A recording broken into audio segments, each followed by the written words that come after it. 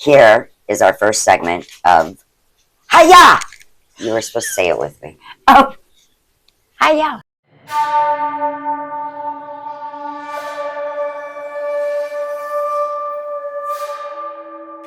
Welcome to the pilot episode of Hiya!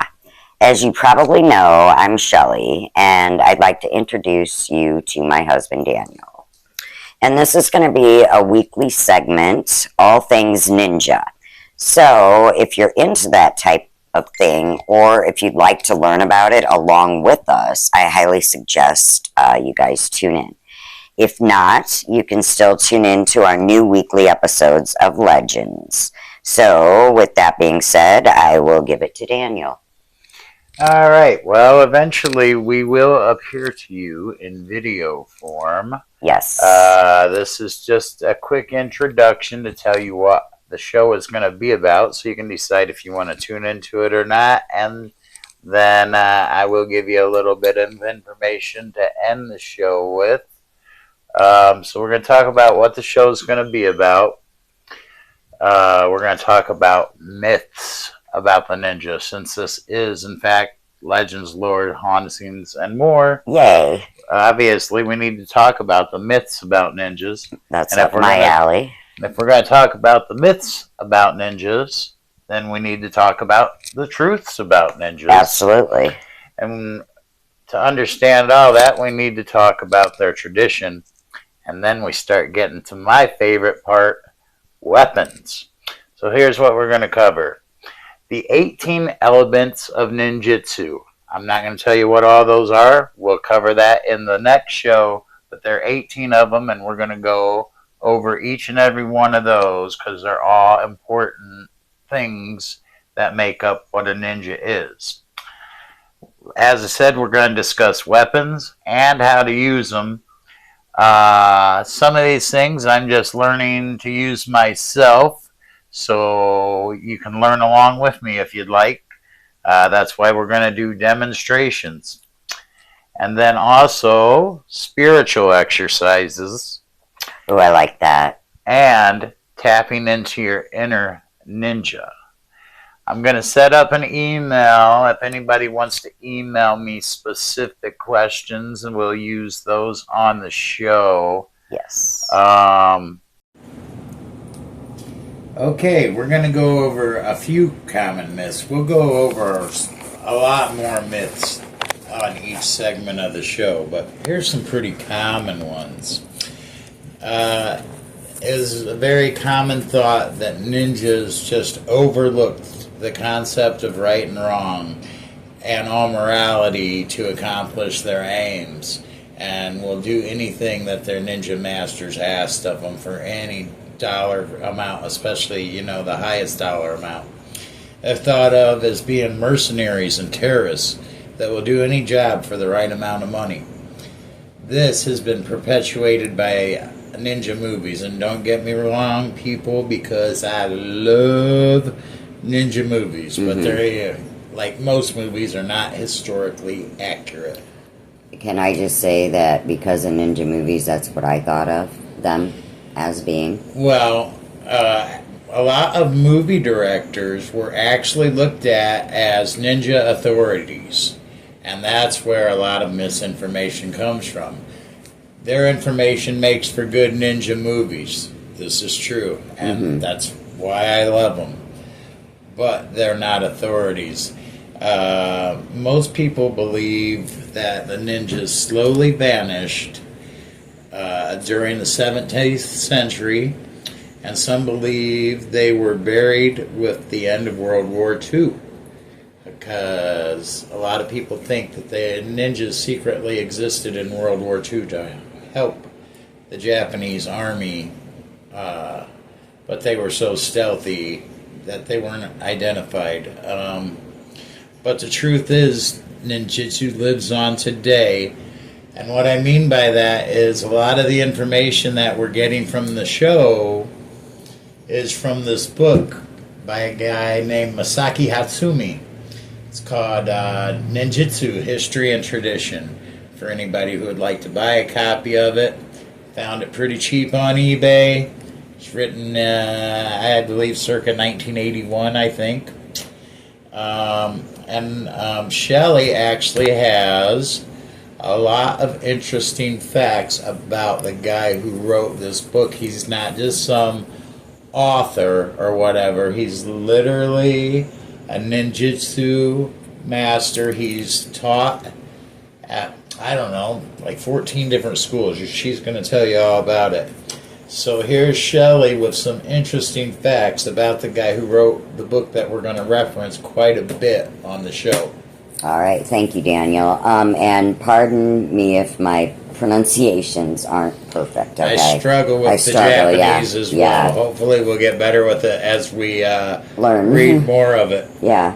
All right, so Masaki Hatsumi was born on December 2nd, 1931 in Chiba Prefecture, Japan. As a child, he studied Asian and Western martial arts, including judo, karate, aikido, and boxing. At the age of 27, he began studying the martial art traditions taught by Tashitsugu Takamatsu. In 1972, Hatsumi Sensei succeeded Takamatsu Sensei as lineal head of his 9 arts and founded the Bujinkan Dojo, where he teaches the martial art derived from these traditions, which he has named Budo Taijutsu.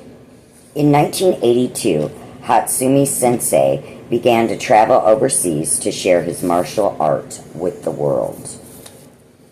All right, now, do you want to hear about Hatsumi Sensei's numerous honors? Yeah, we want to hear everything you've got to tell us about him. Okay, so he got these honors.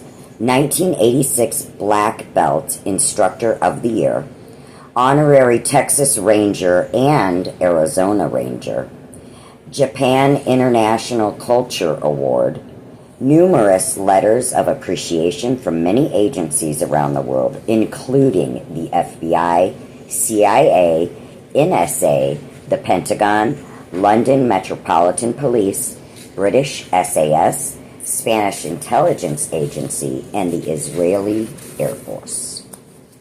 Now, in 2019, around the time of Soki Hatsumi's 88th birthday, he began to announce his successors to the 9 schools, ensuring his art would continue on to future generations. Do you know what dojo means in Japanese? I do not. In Japanese, dojo means place of the way, and the earliest dojos were areas within Buddhist temples where immersive training occurred. Ah, that's very interesting. Thank you. I got a few more interesting things to say about the author as far as his lineage as teachings. He was the Soki, which in layman's terms, for those who may not know, is like the sensei of a ninjutsu school.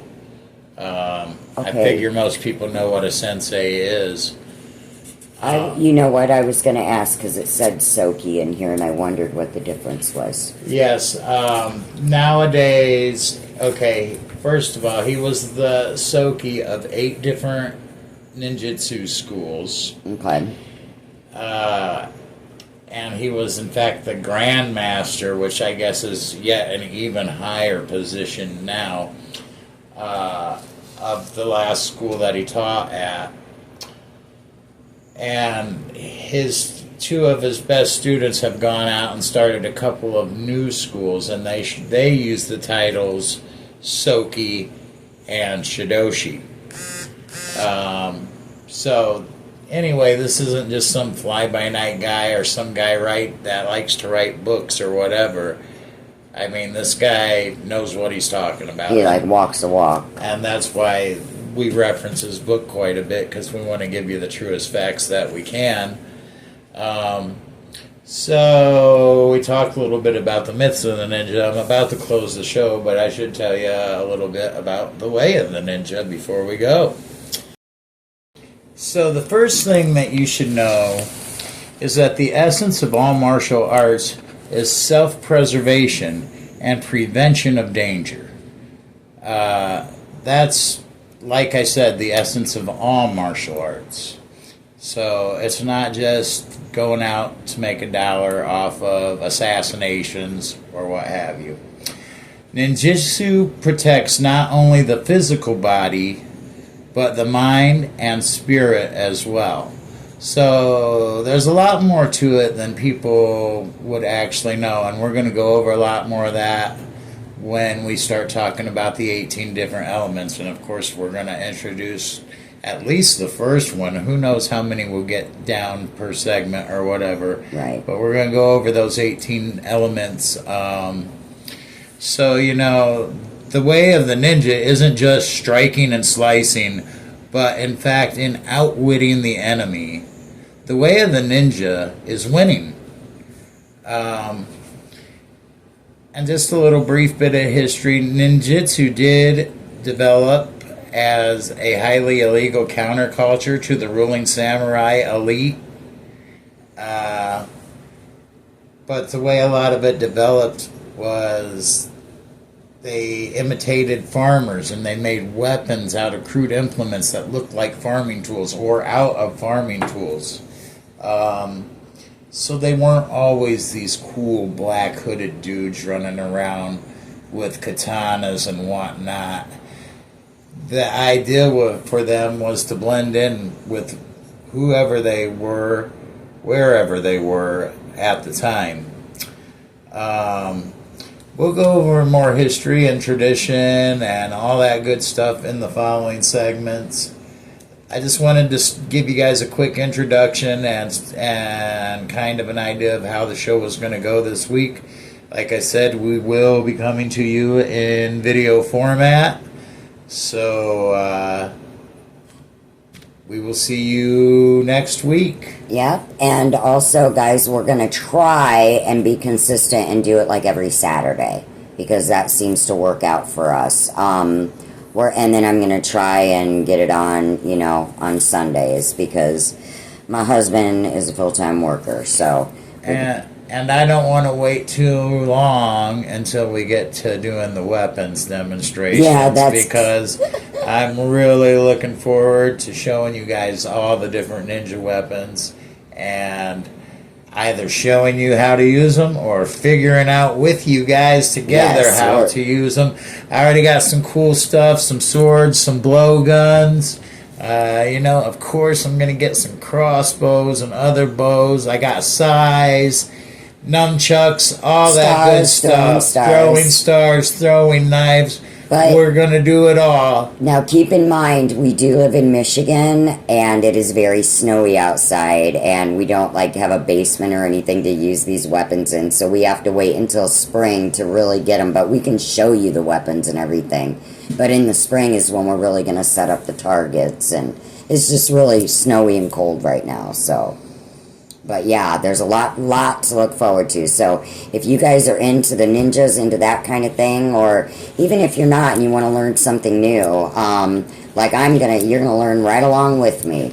So tune in, share, like, comment. Like Daniel said, we're gonna be getting our email address soon, so you can email him questions or you can comment below. And until next time. Don't forget to give that subscribe button a hiya! Hiya! Stay creepy. Hiya, cool.